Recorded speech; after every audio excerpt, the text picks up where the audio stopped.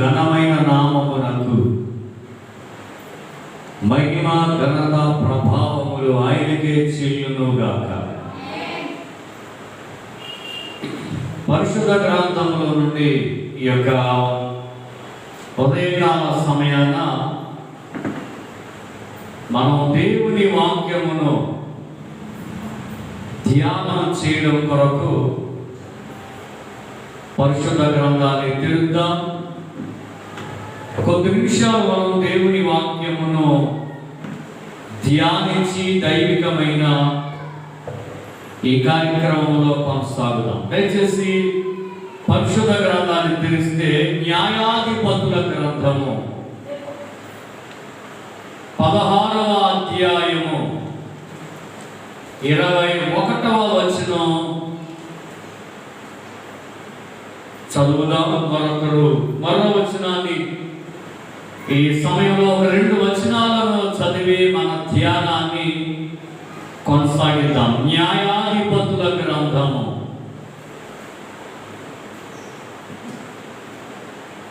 16వ అధ్యాయము 21వ వచనాన్ని చదువుదాం. అప్పుడు ఫిలిష్తీయులు అతనిని పట్టుకొని అతని కన్నులను ఓడదీసి గాజాకు అతని తీసుకొని వచ్చి ఇత్తడి సంకెళ్ళ చేత అతనిని బంధించిరి.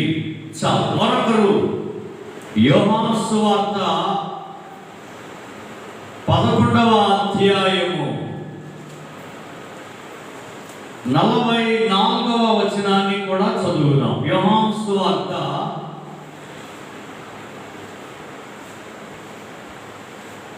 11వ వచనాన్ని మరొకసారి చదువుతారా? యోహాను సువార్త 11వ అధ్యాయము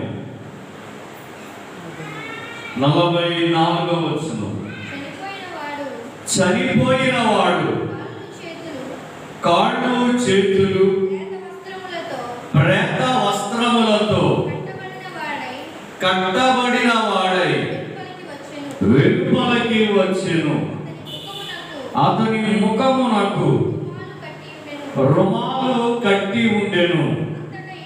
యేసు మీరు అతని కట్లు విప్పి పోనీయుడని వారితో చెప్పెను. ఒక చిన్ని ప్రార్థన చేద్దాం. దేవుడు ఇచ్చిన వాక్యం కొరకు ప్రార్థన. తలలో వంచితే ఓ చిన్ని ప్రార్థన చేసుకుని ఈ దైవిక కార్యక్రమంలో కొనసాగుదాం. ప్రభువా, నీవే మాతో మాట్లాడండి. నీ స్వరం మాకు వినిపింపచేయండి. ఎంతవరకు పాటల ద్వారా మహిమ పొందిన దేవా, ఓ చిన్ని ప్రార్థన చేద్దాం. నమ్మదగిన తండ్రి, పరిశుద్ధుడా, నీవెంతైనా ఘనమైన దేవుడవు ప్రభువా, మరొకసారి ఈ ఆదివారపు ఆరాధన కార్యక్రమానికి మమ్మల్ని అందరినీ సమకూర్చినందుకు వందనాలు. ఈ పునరుత్థాన దినాన నిన్ను స్తుతిస్తున్నాం. నీ వాక్యాన్ని మేము వింటున్నాం ప్రభువా. ఎంతవరకు పాటల ద్వారా నిన్ను మహిమపరిచాం. సమయంలో ధ్యాన కీర్తనలో కూడా తోడుగా ఉండి నడిపించాడు.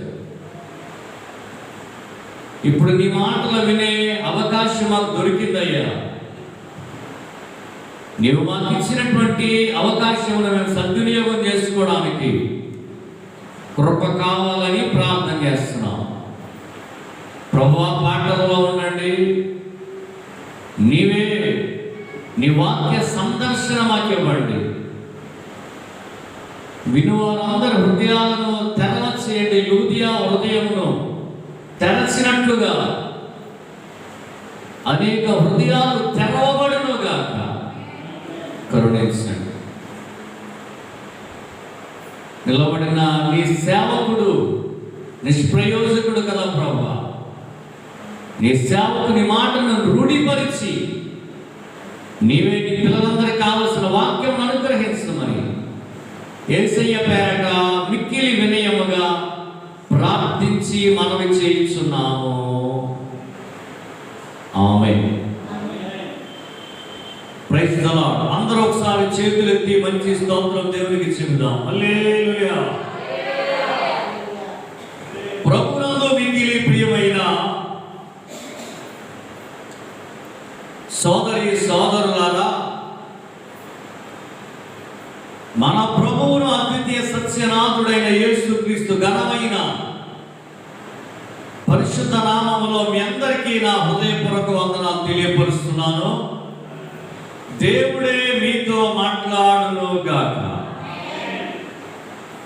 ఈ ఆదివారపు ఆరాధనలో మనము 2 వచనాలను చదువుకున్నాం. ఒకటి న్యాయాధిపతుల గ్రంథము నుండి, మరొకటి క్రొత్త నిబంధన నుండి. సాక్షాత్తు మన ప్రభు అయిన యేసుక్రీస్తు శరీరధారిగా ఈ లోకంలో సంచారము చేస్తున్నప్పుడు ఆయన నోట నుండి జాలువారిన ఓ పదాన్ని మనము చదువుకున్నాం. యేసు అతని కట్లు విప్పి పోనీయుడి. ప్రియ స్నేహితులారా, ఈ చదవబడినటువంటి వాక్య భాగంలో మనందరికీ తెలిసినటువంటి లాజరు అనే ఒక ఆయన మరణించినటువంటి సందర్భం అది. లాజరు అనే పదానికి లాజరు అనగా దేవ సహాయము అని అర్థం. దేవుని సహాయాన్ని పొందిన లాజరు గురించి చదువుకున్న వాక్య భాగం అది. లాజరు చనిపోయాడు. యేసుక్రీస్తుకి వార్త అందింది. ఆయన త్వరగా రాలేదు, సమాధి చేయబడ్డాడు. తర్వాత ఆయన రావడం జరిగింది.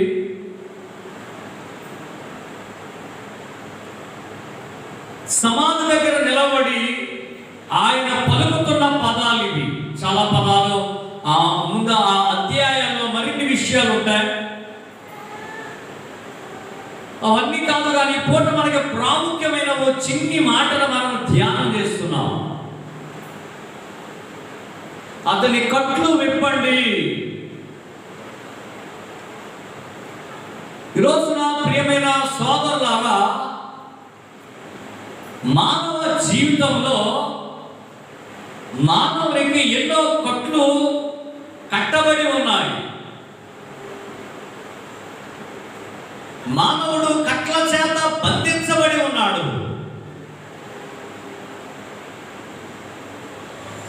కట్లను విడిపించు విడుదల నాయకుడైన యేసుక్రీస్తు పలుకుతున్న పదం ఏంటంటే అతని కట్లు విప్పండి. చేతులెత్తి మంచి స్తోత్రం చెప్తారా?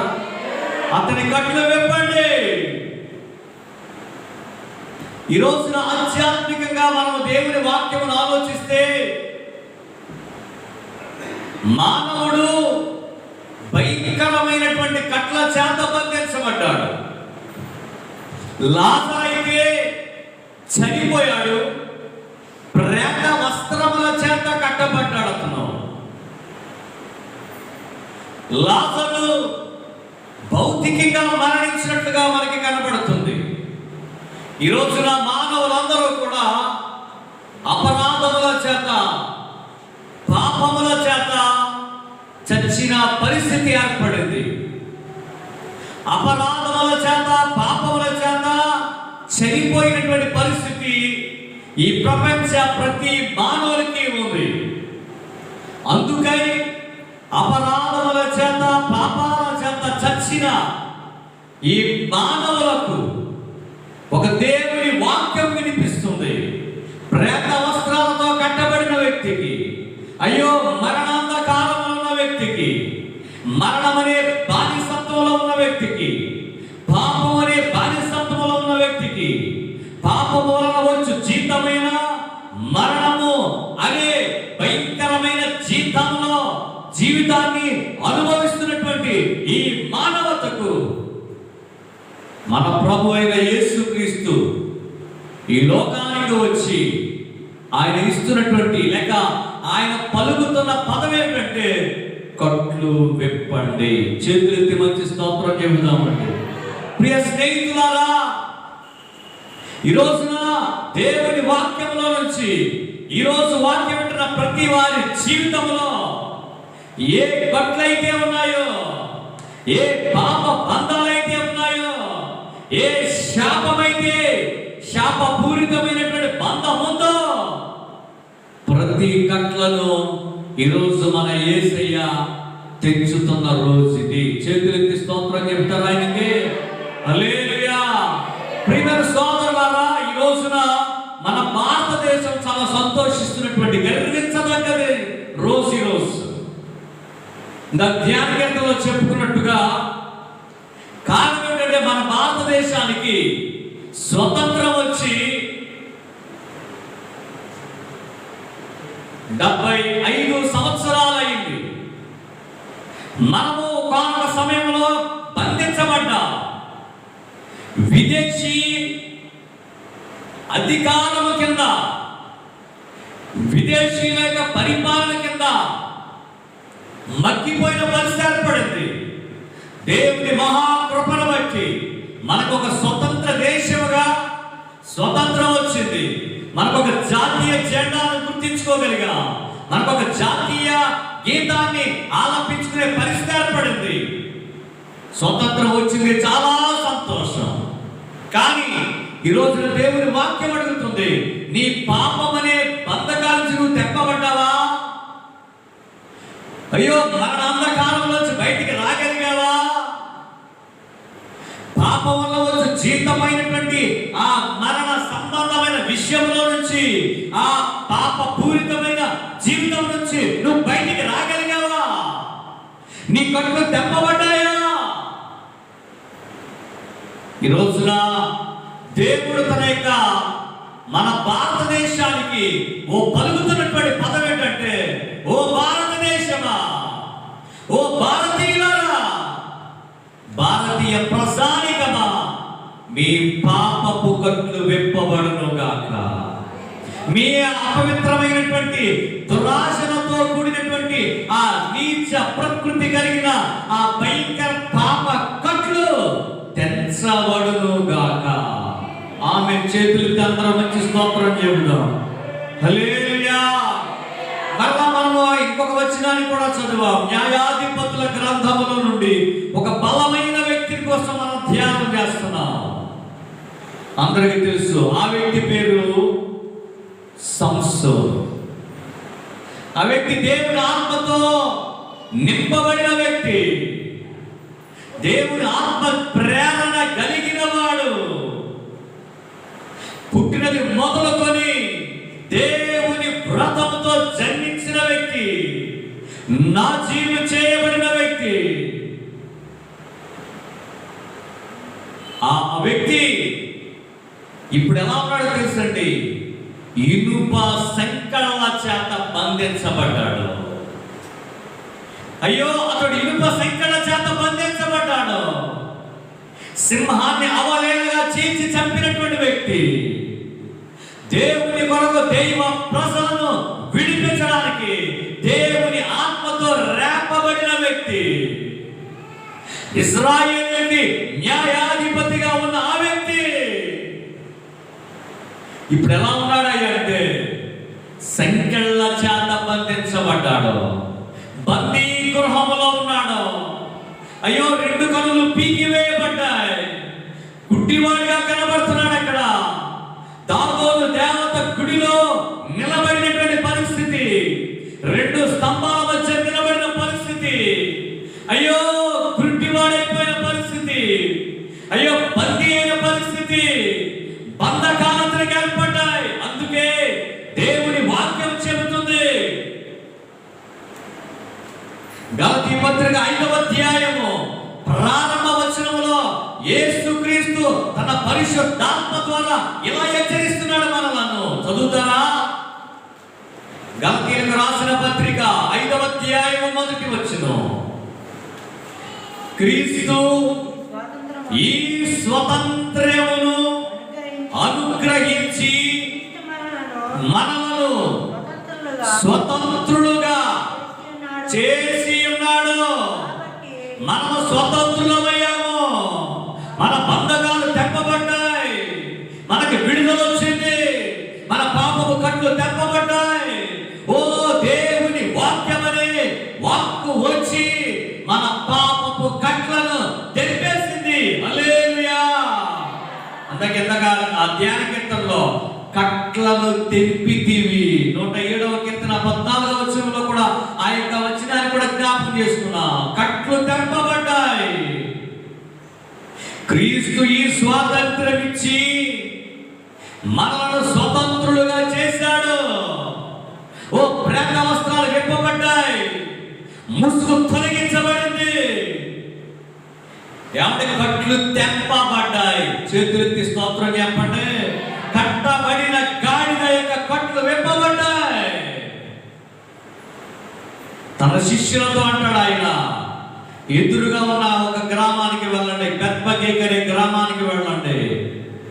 అక్కడ కట్టబడిన గాడిద మీకు కనిపిస్తుంది. మీరు వెళ్ళండి. అది కట్టబడింది, అది ఎవరిదో కాదు, అది కట్టబడిన గాడిద. దాన్ని వారు కట్టించారు. అవును, నిన్ను ఎవరో కట్టేశారు కదా. పాపము చేత బందీ అయిపోయావు నీవు, వ్యసనాలకు బందీ అయిపోయావు నీవు, త్రాగుడికి బందీ అయిపోయావు నీవు, వ్యభిచారానికి బందీ అయిపోయావు నీవు, వ్యసనము చేత కట్టబడ్డావు నీవు, స్త్రీలకు కట్టబడ్డావు నీవు. అయ్యో, ఈ రోజున దేవుని వాక్యము నీ దగ్గరికి వచ్చింది. నీ వ్యసనములను విడిపించడానికి, నిన్ను విడుదల ప్రసాదించడానికి విడుదల నాయకుడు వచ్చి నీ కట్లన్నీ తెంపేశాడు ఆయన. చేతులెత్తి మంచి స్తోత్రం చెప్పండి.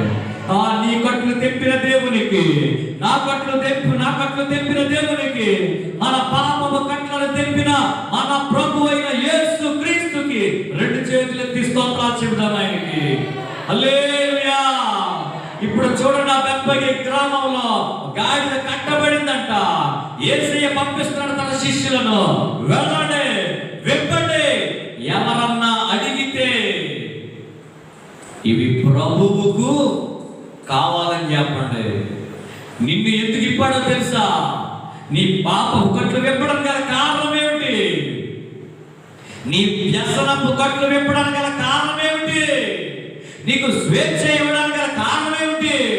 నిన్ను స్వతంత్రుడిగా చేయడానికి గల కారణం ఏమిటంటే నీవు ఆయనకు కావాలి.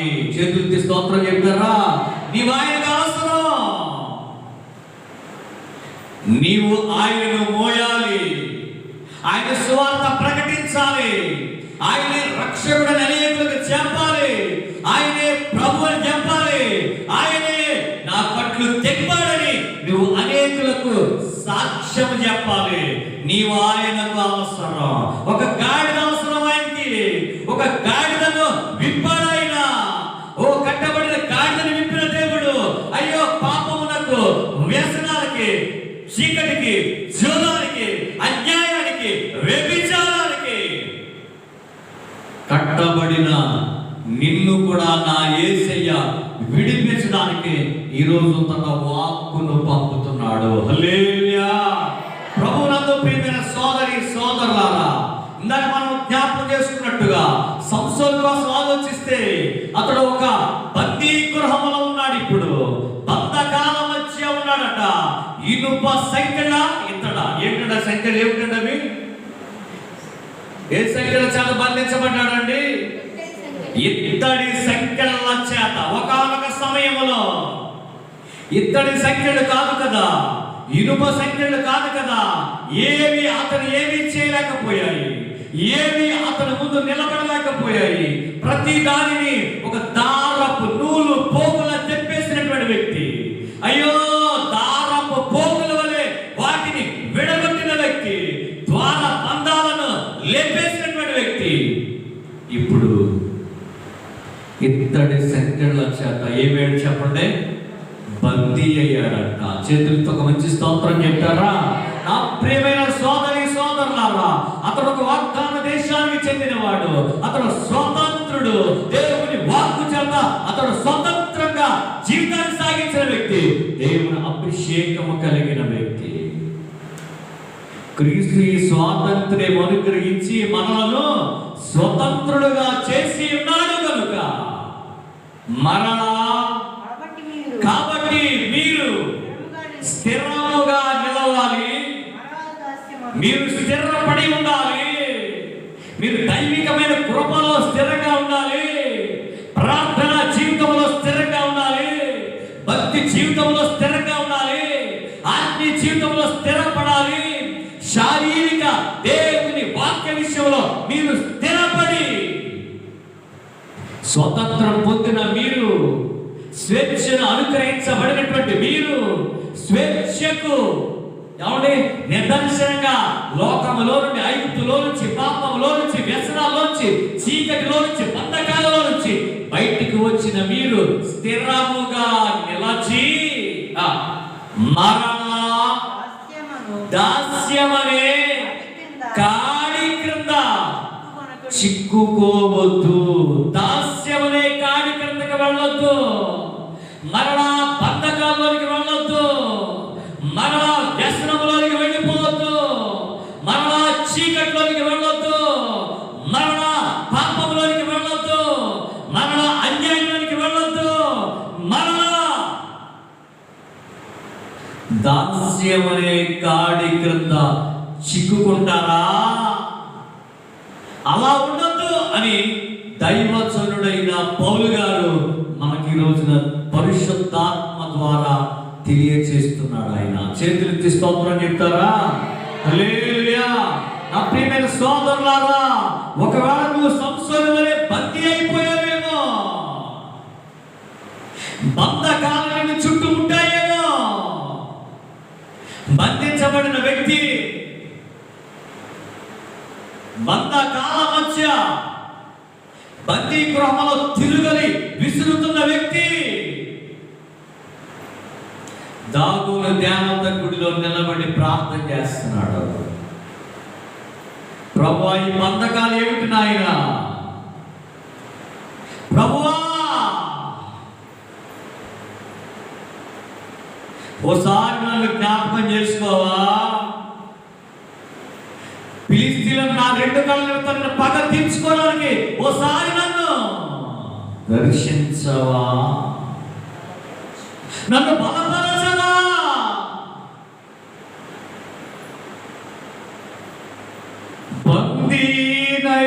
బందీనయ్యానయ్యా శత్రువుల చేతిలో. ఆత్మ కలిగిన వాడు, అభిషేకం కలిగిన వాడు బందీనయ్యానయ్యా శత్రువుల చేతిలో. కట్టబడి పట్టబడి అవిధేయ సేవకునిగా మిగిలిపోయానయ్యా.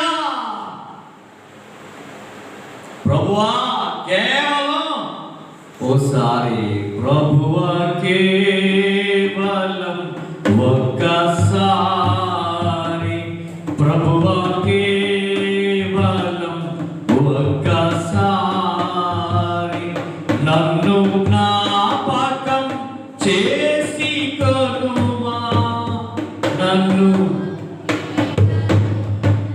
ప్రభువా, నన్ను అంగీకరించువా, నన్ను జ్ఞాపకం చేసుకోవా. కారణం, నేను బందీనయ్యానయ్యా. ఈరోజు నువ్వు బందీ అయిపోయావా? నీ వ్యసనాల్లో బందీ అయిపోయావా? కానీ ఈ రోజున నా ప్రభువు నీకు ఇస్తున్న మాట ఏంటో తెలుసా? కట్లను విప్పండి, కట్లను తెప్పండి.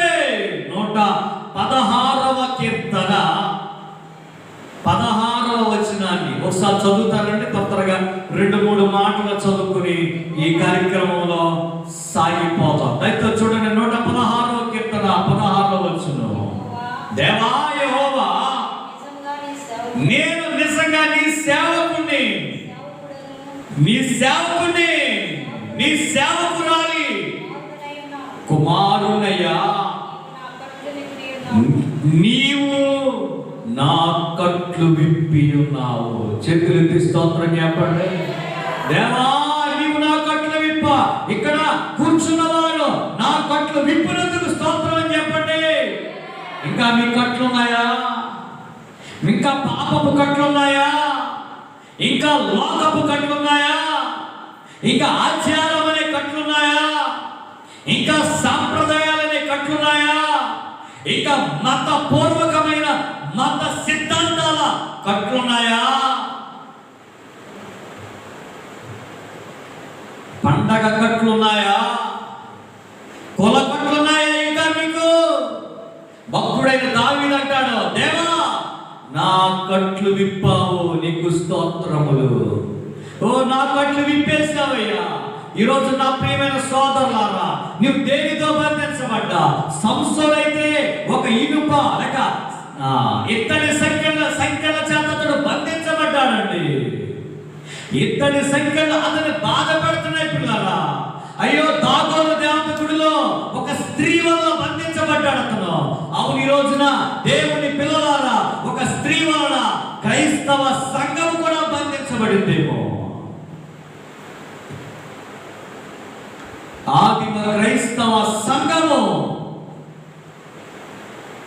దిగ్విజయంగా విజయ యాత్ర సాగిస్తున్నటువంటి పరిస్థితుల్లో అపవాది సంఘమును బంధించడానికి పన్నాగాలు పన్ని దేవుని యొక్క ఆదిమ క్రైస్తవ సంఘాన్ని విచ్ఛిన్నం చేశాడు. ఆది అపోస్తులు కాలం గతించిన తరువాత బబులోను సామ్రాజ్యముగా, బాబేలుగా దేవుని వాక్యమును తారుమారు చేసినటువంటి అనేక మత శాఖల వలన సంఘము బందీ అయిపోయింది. బందీ అయిపోయిన సంఘమును దేవుడు మరలా తన మహాకృప చేత బంధకాలు తెంచుతున్న కాలం ఇది. హల్లెలూయా, హల్లెలూయా. ఓ క్రైస్తవ సంఘమా, నీవు దేని చేత బంధించబడ్డావో నీ బంధకాలన్నీ ఈ రోజు ఆయన తెంచబోతున్నాడు. నీకు స్వేచ్ఛ ఇవ్వబోతున్నాడు, నీకు స్వతంత్రం ఇవ్వబోతున్నాడు. మరలా ఇంకెప్పుడు దాస్యమనే కాడి క్రింద చిక్కుకోకు. చేతులించుకు మంచి స్తోత్రం చెప్తారా? అందుకే వాక్యం చెప్తుంది, దేవా నీవు నా కట్లను విప్పి ఉన్నావు. 124వ కీర్తన 7వ వచనం. పక్షి తప్పించుకున్నట్లుగా మన ప్రాణము వేటగాని ఊరిలో నుంచి తప్పించుకుంది. ఆమేన్. అందరూ చేతులెత్తి ఆమేన్ అన్నాడు గట్టిగా. ఆమేన్.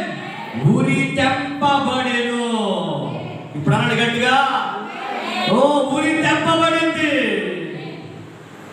నీ బంధకములు తెంపబడ్డాయి. నీకు స్వతంత్రం వచ్చింది. ఈ రోజున సగర్వంగా మన జాతీయ పతాకమును చిన్నవారి దగ్గర నుంచి పెద్దవారి వరకు పట్టుకుని సగర్వంగా ఎగరేస్తున్నామంటే కారణం ఏంటో తెలుసా? మనకేమొచ్చింది చెప్పండి? స్వతంత్రం వచ్చింది. ఎంతో మంది త్యాగ జనుల యొక్క త్యాగము ఈ స్వతంత్ర భారతావని ఈరోజు అనుభవిస్తుంది.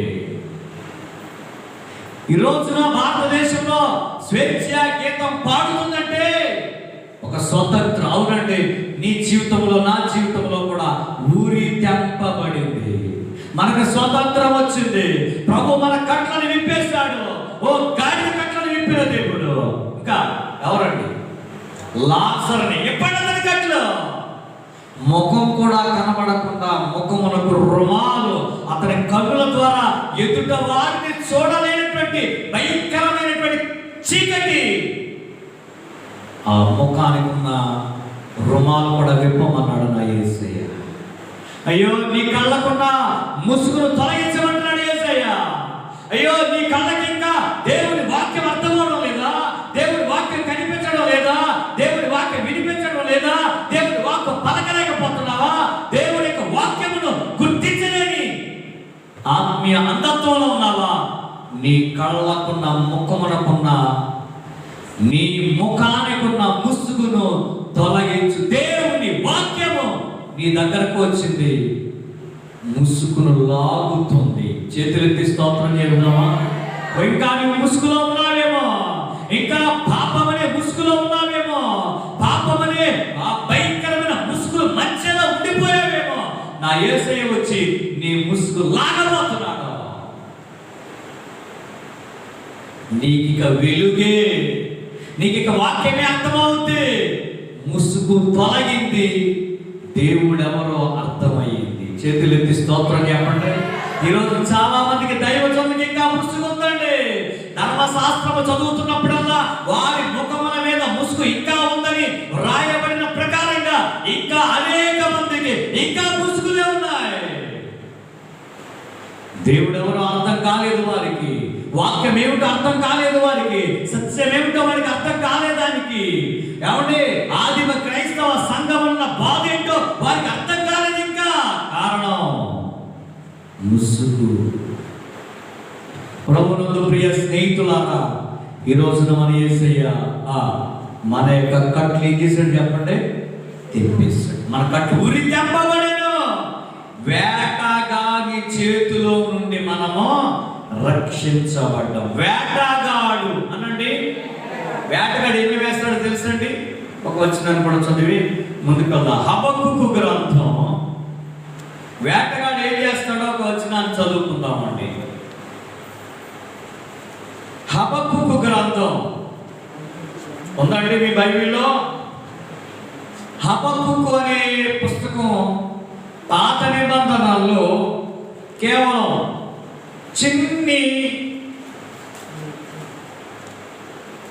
చిన్న ప్రవక్తిన ఓ 3 అధ్యాయాలు ఉంటాయి ఆయన పుస్తకంలో, ఆయన రాసిన గ్రంథంలో. హబక్కూకు గ్రంథం 1వ అధ్యాయం 15వ వచనం అండి. ఇప్పుడు ఒక వేటగాడు చూడండి. వాడు వేటగాడు గాలము వేసి మానవులందరినీ గుచ్చి లాగి ఉన్నాడు. ఈ వేటగాడట మొట్టమొదట ఏం వేశాడటండి అనడమ్మా? గాలము అనండి. ముందేం వేశాడంట? చెరువు గట్టును కూర్చుని, కాలం గట్టును కూర్చుని అప్పుడప్పుడు ఖాళీ సమయాల్లో కొంతమంది వేస్తూ ఉంటారండి గాలాలు. ఇప్పుడు ఒక వేటగాడు ఉన్నాడండి. వాడు ఏం చేస్తున్నాడంటే గాలము వేసి, గాలాలు దేనికి వేస్తారు? వీడు ఎవరికి వేసాడు తెలుసండి? మానవులమైన మనకే, దేవుని పిల్లలారా మనకే గాలం వేశాడండి వీడు. వాడు గాలము వేసి మానవులను గుచ్చి లాగుతున్నాడు. ఇంకొంచెం చదవండి. గాలానికి పడని చేప కొన్ని ఉంటాయి. కొంతమంది తెలివైన వాళ్ళు ఉంటారు. ఎర్రను మింగేసి వెళ్ళిపోతుంటారు చేప. అది తెలివైందండి. మనం కూడా కొన్నిసార్లు అండి మనకు వచ్చిన చిన్న పాపాలని తెలివిగా, అయ్యో ఇది దేవుడిది కాదు, ఇది అపవాదుదని మనం ఏం చేస్తామంటే దాటుకుని వెళ్ళిపోతూ ఉంటాం.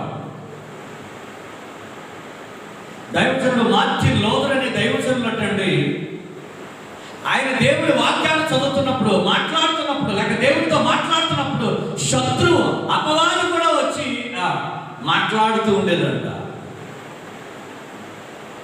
ఓసారి గుర్తించి ఇది దేవుడు కాదు అపవాదని గుర్తించి ఆయన దగ్గర ఉన్న సిరాబుట్టి తీసుకుని డామని ఒక్కసారి కొట్టాడంట. సతానా అపాని సిరాబుట్టి కొడితే పోయిందంట. కొన్నిసార్లు అపవాది దేవుడిలా మాట్లాడుతూ ఉంటుంది. అది దైవే, కానీ ఎలా మాట్లాడుతుంది చెప్పండి? మేము ఈ మధ్య ఒక ప్రార్థన చేయడానికి వెళ్తే అది దెయ్యం. పక్కన అయినట్టుంది, ఈడి పెద్ద సైతాన్గాడు అంటుంది. ఇదే పెద్ద సైతాను. ఇది మాట్లాడుతూ వీడు పక్కన సహోదరుడు చూపించి అంటుంది, వీడు పెద్ద సైతాన్గాడు అంటుంది. దేవుడు పెద్ద దేవునిలాగా, దేవుని బిడ్డలాగా. మన శత్రు అందరి చేతులు ఎత్తి స్తోత్రం చెబుతాం. వేటగాడు పిల్లలు వింటున్నారండి, వాడు గాలం వేసి మనుషులను కుర్చీ లాగుతున్నాడు. గాలానికి దొరకపోతే ఊరిలో ఒగ్గుతున్నాడు, ఇంకా ఊరి ఒగ్గి చిక్కించుకొని వచ్చున్నాడు. వలలో గాలానికి పడిన వారు ఊరిలోను, ఊరి నుంచి నెక్స్ట్ ఇంకోటి ఏంటంటే వాడు తన వలతో వారిని కూర్చుకొని సంతోషపడి గంతులేస్తున్నాడు. ముందేమేసాడండి? గాలం పడలేదు. మళ్ళీ ఏమేశాడు? ఇప్పుడు ఊరి పడలేదు. ఇప్పుడు ఏమేశాడు చెప్పండి? వల అనండి. ఇప్పుడు ఈ మూడు కూడా ఒకటేనండి. ఈ మూడు శత్రువు యొక్క బాణాలివి, శత్రువు యొక్క కట్లివి. కాబట్టి నా ప్రియ దేవుని సంగమా, జాగ్రత్త పడదాం. వాడు గాలము వేసినా, ఉరి వేసినా, వల వేసినా, నా యేసయ్య వీటన్నిటి నుండి తప్పించి వాటిని తెప్పి మనకి స్వతంత్రాన్ని ఇవ్వగల దేవుడు ఆయన. చేతులు ఎత్తి స్తోత్రం చెప్పడానికి. హల్లెలూయా. సోదరుడైనా సాతాను నీకు గాలం వేశాడు, ఎర్ర చూపించి భ్రమ చూపించి నిన్ను చిక్కించాడు. చివరకు నిన్ను బానిస చేసి, చివరకు నిన్ను బానిస చేసి విజయ గర్వముతో తను నవ్వుతున్నాడు, విజయ గర్వముతో తను నవ్వుతున్నాడు. ఓ మనసా నా మనసా, ఏంటండి? ఓ మనసా నా మనసా, శోధకుడైన సాతాను నీకేమేశాడు? గాలి వేశాడు. ఎలా చూపించాడు? నిన్ను భ్రమలో పెట్టాడు. మూడు, ఒకటి గాలము, రెండు ఉరి, మూడు వల అనండి మీరు. గాలము, ఉరి, వల, ఈ మూడు అపవాది ఈనాటి క్రైస్తవ ప్రపంచంలో ఉన్న పెద్దలందరినీ చేసేసాడండి. దాన్ని ఒక పెద్ద దైవజనుడు ఏం చెప్పాడంటే, క్రైస్తవ జీవితంలో ఉన్న విశ్వాసులు, దైవజనులు లోకములోనికి వెళ్ళిపోవడానికి, పాపములోనికి వెళ్ళిపోవడానికి, దాస్యమనే కాడి కిందకు మరలా చిక్కుపోవడానికి, స్వతంత్రం పొందిన వీళ్ళు మరలా బానిసత్వంలోకి వెళ్ళిపోవడానికి ఒక మూడు కారణాలు చెప్పాడండి. ఒకటి కనకము, రెండవది కానుకలు, మూడవది కాంత. అందరూ ఒకసారి మంచి స్తోత్రం చెప్పండి. ఒకటి కనకం అంటే బంగారము. ఏమండి అనండి అమ్మా, ఏడు చెప్పండి. బంగారం. కొంతమంది బంగారం చూసేటప్పుడు చాలండి, దేవుణ్ణి, ప్రార్థనే, భక్తిని అన్ని చేస్తారు. చెప్పండి మేడం. అరే బంగారము కంటే అమూల్యమైనది నీ విశ్వాసం అన్న సంగతి ప్రకటన గ్రంథంలో సంఘాన్ని అన్నాడు ఆయన, నీవు పుటము వేయబడిన బంగారమును కొనుక్కో అన్నాడు ఆయన. ప్రకటన గ్రంథంలో లవోదికీయ సంఘపు దూతకు రాస్తూ, నువ్వు దిక్కుమాలుడు, దరిద్రుడు, గుడ్డోడు, ఏమంటే నేను ధనవంతుడి చేసుకుంటున్నాను చాలా ప్రకల్పాలు పలుకురా, నువ్వు దరిద్రుడురా, నువ్వు దిక్కుమాలినోడు అని ఆయన అంటాడు. ఆయన పుటము వేయబడిన బంగారమును నా దగ్గర దొరుకుతుంది, కొనుక్కు అంటే ఓ భాస్కర్యంగా ఏం చెప్తాడంటే, మీరు బంగారమును, మామూలు బంగారం కాదు, పుటము వేయబడిన బంగారాన్ని కొనుక్కుని మీరు ధరించండి అని చెప్తున్నాడు ఆయన. పాపం ఆ విశ్వాసి చెవులు ఖాళీగా ఉంటే అయ్యగారు 2 చెవిదిద్దులు కొని ఇచ్చాడంట ఆయన. ఏమంటే ప్రభు చెప్పాడండి. అవునండి, బంగారమును కొనుక్కోమన్నాడు. పుటము వేయబడింది, కాల్చబడింది, పరిశుద్ధపరచబడింది.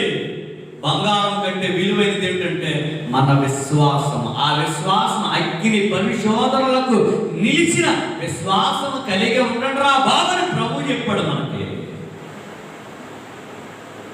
ప్రియ సోదరులారా, కనకమును చూచి దురాశపడి దేవుని విడిచిపెట్టిన భక్తులు,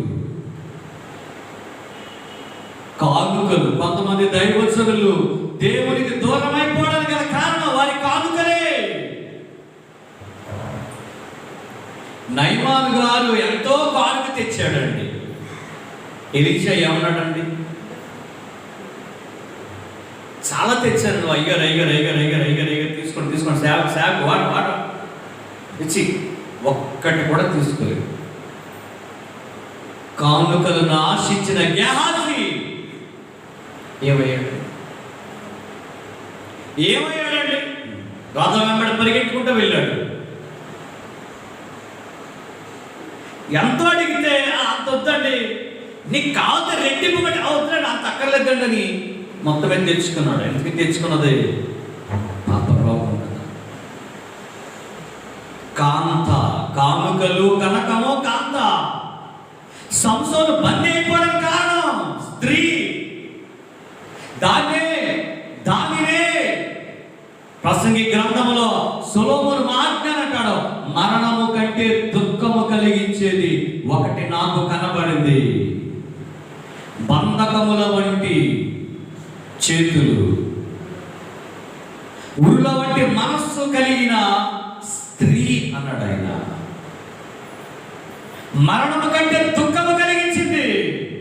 మీరు సంసోను చూడండి, అతడు స్వాభావికంగా అతనికి ఎంత దుఃఖమో. చావు కంటే దుఃఖకరమైన ఇంకోటి లేదండి. కానీ ఇప్పుడు సంసోను ఆ బందీ గృహంలో ఉన్నప్పుడు చావు కంటే ఎక్కువగా దుఃఖపడుతున్నాడు. అయ్యో ఈ జీవితం చిచ్చి. ప్రియమైన సోదరులారా, విజ్ఞాపన చేస్తున్నాను. ఈ రోజున గెహాజీ కట్లు, గెహాజీకి అపవాద ఒక కట్టు, బిలాముకి ఒకటి, ఆకానుకి, దేమాకి, ఇస్కరియోతు యోధాకి, ఇలాంటి వాళ్ళందరూ కట్టబడి నాశనం అయిపోయారే. ఇలాంటి వాళ్ళందరూ నాశనమైనటువంటి ఆ పరిస్థితి వెళ్ళిపోయారే. కానీ మన ప్రభు చెప్తున్నాడు, ఈ కట్లన్నీ ఆయన తెంపేశాడు. చేతులెత్తి స్తోత్రం చెప్తారా? హల్లెలూయా. ప్రభు ఇవన్నీ తెంపేశాడు ఆయన. ఆ కట్లన్నీ తెంపబడ్డాయి. అందుకని అపోస్తలుడైన పౌలు అంటాడు, నా మట్టుకైతే బ్రతకడం క్రీస్తే, చావైనా లాభమే. అతనికి ఏ కట్లు ఉన్నాయండి? ఏ బంధకాలు ఉన్నాయా? అతన్ని బంధించే ఏదైనా అంటాడు ఆయన, ఇది నన్ను ఆపుతాదేమో అనుకుని అతనికి వచ్చే లాభాలను సైతము నష్టంగా ఎంచుకున్నాడు. లాభములను సైతము నష్టముగా ఎంచుకుని అతడు స్వతంత్రుడు. అందుకనే నేను స్వతంత్రుడను కానా? అన్నీ చేయడానికి నాకు స్వతంత్రత లేదా? అపోస్తలుడైన పౌలు ప్రశ్నించాడు. కనుక ప్రియమైన సోదరులారా, మనం ఈ రోజున దేవుని వాక్యాన్ని వింటున్న ఈ స్వతంత్ర దినోత్సవం రోజున దేవుని వాక్యాన్ని వింటున్నటువంటి దైవ సంబంధమైన పిల్లలారా, ప్రభువు మీ ప్రతి పాపపు కట్లు తెంపాడు ఆయన. హల్లెలూయా.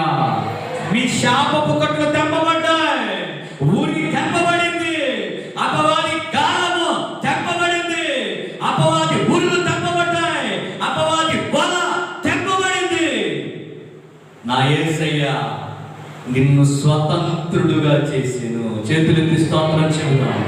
నీవిప్పుడు స్వతంత్రుడవు. నువ్వు దేనికి బానిస కాకూడదు. ఏ పాపానికి బానిసగా ఉండొద్దు, ఏ వ్యసనానికి బానిసగా ఉండొద్దు, ఏ అన్యాయానికి బానిసగా ఉండొద్దు, ఏ దురాలోచనకి బానిసగా ఉండొద్దు, ఏ స్త్రీకి బానిసగా ఉండొద్దు, ఏ త్రాగుడికి బానిసగా ఉండొద్దు, ఏ జూదానికి బానిసగా ఉండొద్దు. దేవునికి మాత్రమే. పౌలు గారు అంటాడు, నేను స్వతంత్రుడే కానీ కేవలం వాక్యమునకు దేవునికి మాత్రమే దాసుడను అన్నాడు. మనము దేవునికి దాసులం, లోకానికి దాసులు కాదు, పాపానికి దాసులు కాదు, అన్యాయానికి దాసులు కాదు, అపవిత్రతకి దాసులు కాదు.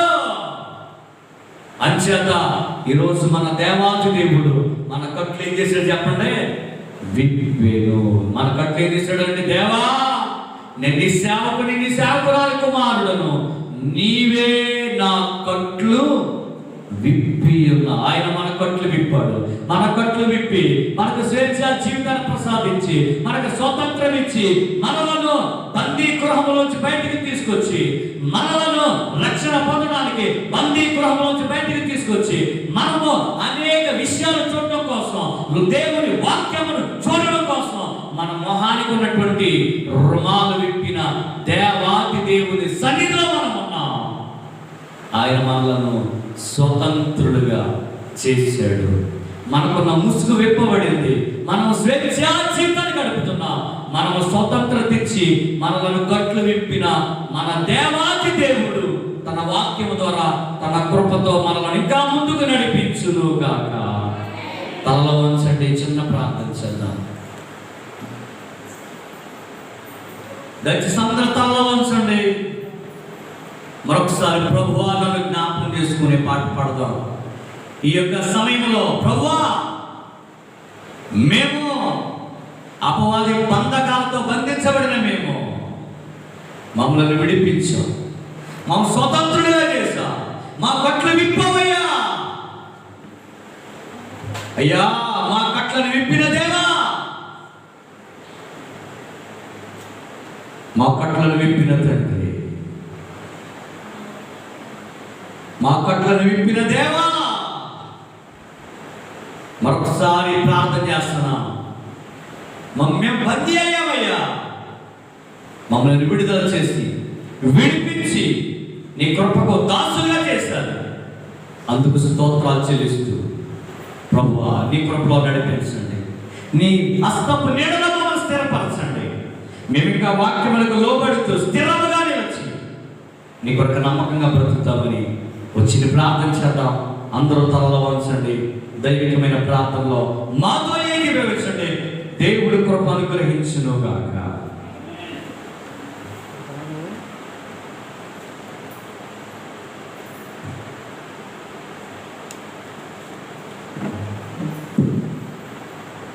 ప్రభువా కేవలం ఒక్కసారి, ప్రభువా కేవలం మరొకసారి నన్ను జ్ఞాపకం చేసుకొనుమా, నన్ను అంగీకరించుమా, నన్ను జ్ఞాపకం చేసుకొనుమా, నన్ను అంగీకరించుమా.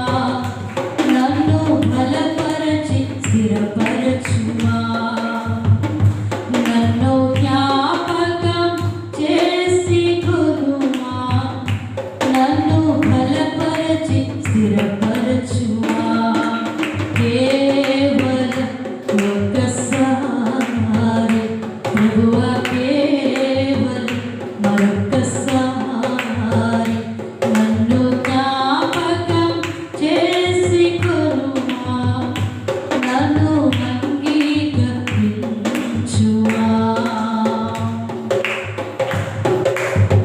తప్పు చేశానయ్యా, ఒప్పుకొనుచుంటిని. తప్పు చేశామయ్యా,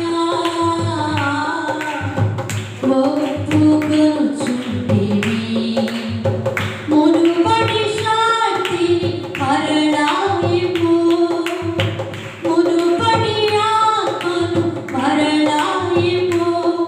ఈ మత శాఖ గోడలను నే కూల్చెదను, విశ్వాస వీరునిగా నే నిలిచెదను. కేవలం ఒక్కసారి ప్రభువా కేవలం మరొక్కసారి నన్ను జ్ఞాపకం చేసుకొనుమా, నన్ను అంగీకరించుమా. మమ్ము జ్ఞాపకం చేసుకొనుమా, మమ్ము బలపరచి స్థిరపరచుమా. కేవలం ఒక్కసారి ప్రభువా కేవలం మరొక్కసారి మమ్ము జ్ఞాపకం చేసుకొనుమా, మమ్ము అంగీకరించుమా. మమ్ము జ్ఞాపకం చేసుకొనుమా, మమ్ము విడిపించుమా.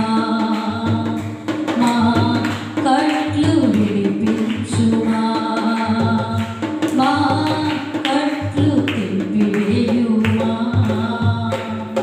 హల్లెలూయా, హల్లెలూయా. యేసయ్యా నీకు స్తోత్రం, స్తోత్రం, స్తోత్రం నాయనా. దేవానికి స్తుతులు చెల్లిస్తున్నాం ప్రభువా. ఇంతవరకు నీ వాక్యం ద్వారా మాతో మాట్లాడినందుకు వందనాలు ప్రభువా. ఈ శక్తి గల నీ మాటలను మాకు వినిపించినందుకు అయ్యా స్తుతులు చెల్లిస్తున్నాం ప్రభువా. అయ్యా తండ్రి, బంధకాల చేత బంధింపబడి అయ్యా వ్యర్థమైనటువంటి లోకములో వ్యర్థమైన ప్రతి వాటి వల్ల తండ్రి మేము బంధించబడి నీకు దూరం అయిపోయి అయ్యా అపవాది కట్లతో బంధింపబడుతూ అయ్యా తండ్రి నాయన బానిసలుగా బ్రతుకుతున్నాం ప్రభువా. అయ్యా మేము అపవాదికి లోకానికి బానిసత్వం చేయకుండా అయ్యా లోకములో ప్రభువా పాపం అనే దాస్యపు కాడి క్రింద చిక్కుకొనకుండా ప్రభువా అయ్యా నీకే ప్రభువా దాసులుగా అయ్యా నీ ఎదుటే ప్రభువా ప్రాణమిల్లే వారిగా అయ్యా నీకే ప్రభువా మేము దాసులుగా దాసురాండ్రుగా బ్రతికే జీవితాలు మాకు దయచేయండి ప్రభువా. అయ్యా మమ్మల్ని విడిపించండి అయ్యా, మాకు విడుదల ప్రకటించండి ప్రభువా అని ఆ దేవునికి ప్రార్థన చేస్తూ ముందుకు వెళదాం. ప్రార్థన. మహాగణుడైన యేసయ్యా వందనాలు. మరోసారి ప్రాసనకు వచ్చారు. ఈ ఆదివార ఆరాధనలో మమ్మల్ని అందరినీ సమావేశపరచి ఇలా నడిపించినందుకు వందనాలు. పాట ద్వారా మహిమ పొందారు, వాక్యం ద్వారా మాట్లాడారు. మా కట్లను తెంపినందుకు స్తోత్రం ఆయన. లాజరు కట్లను విడిపించిన వాడా, గాడిదను విడిపించిన దేవా,